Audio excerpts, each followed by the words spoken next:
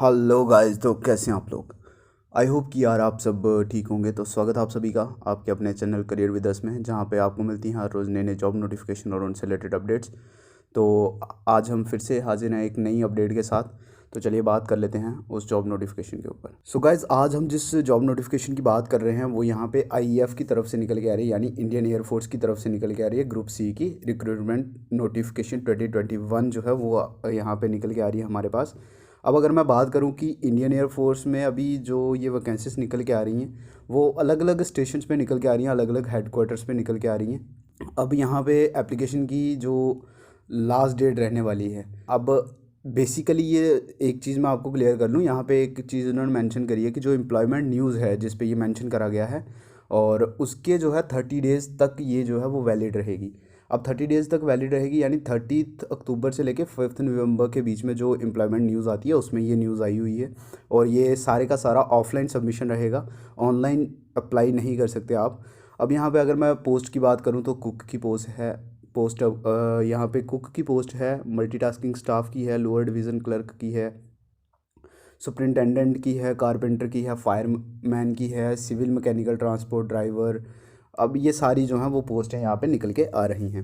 अब हेडक्वार्टर की बात करूँ तो यहाँ पे हेडक्वार्टर सेंट्रल एयर कमांड है, headquarter eastern air command, southern western command, training command, maintenance command और वेस्टर्न एयर कमांड, यानी हर कमांड में यहाँ पे हमारे पास वैकेंसी जो है वो निकल के आ रही हैं।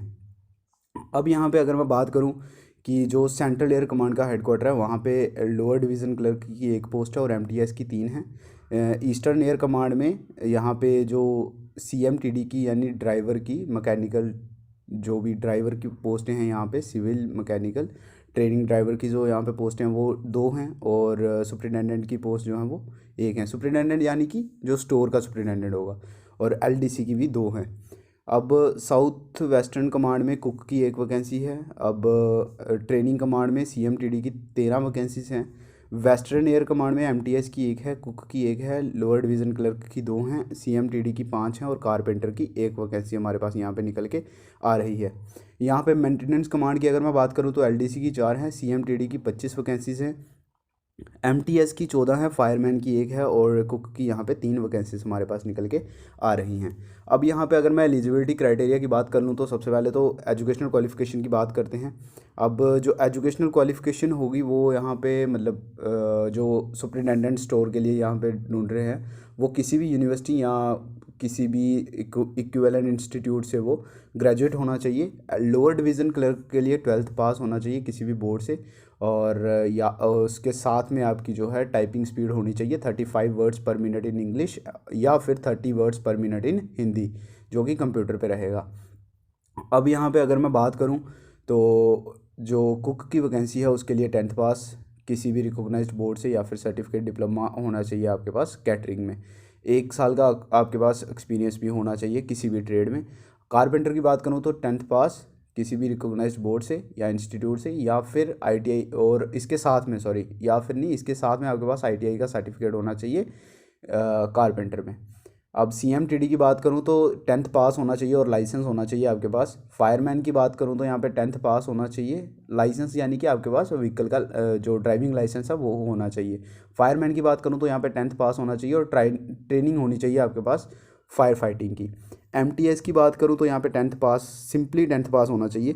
तो जो भी एलिजिबल कैंडिडेट्स हैं उनको अभी यहाँ पे रिटन टेस्ट के लिए अपीयर होना पड़ेगा, और जो रिटन टेस्ट होगा वो आपकी मिनिमम एजुकेशनल क्वालिफिकेशन के बेसिस पे ही रहने वाला है। रिक्रूटमेंट प्रोसेस इनका क्या रहने वाला है, अब जो भी एलिजिबल कैंडिडेट्स हैं या फिर इंटरेस्टेड कैंडिडेट्स हैं वो अपनी जो एप्लीकेशन है, जो भी इनका मतलब एप्लीकेशन होगा वो आप यहाँ पे पासपोर्ट साइज़ फ़ोटोग्राफ लगा के और सेल्फ अटेस्ट करके उन सारे के सारे डॉक्यूमेंट्स को आपको क्या करना है, आपको एक एनवेलप लेना है जिस पे स्टैंप लगाना है आपको 10 रुपये का, और पोस्ट कर देना है आपको concern air force station through ordinary post. मतलब 10 रुपये की स्टैंप आती है जो पोस्ट ऑफिस है, वो आपको यहाँ पे लगा के आपको जो भी मतलब रिस्पेक्टिव हेडक्वार्टर होगा उसका आपको पोस्टल एड्रेस हमारी स्क्रीन पे दिख रहा होगा।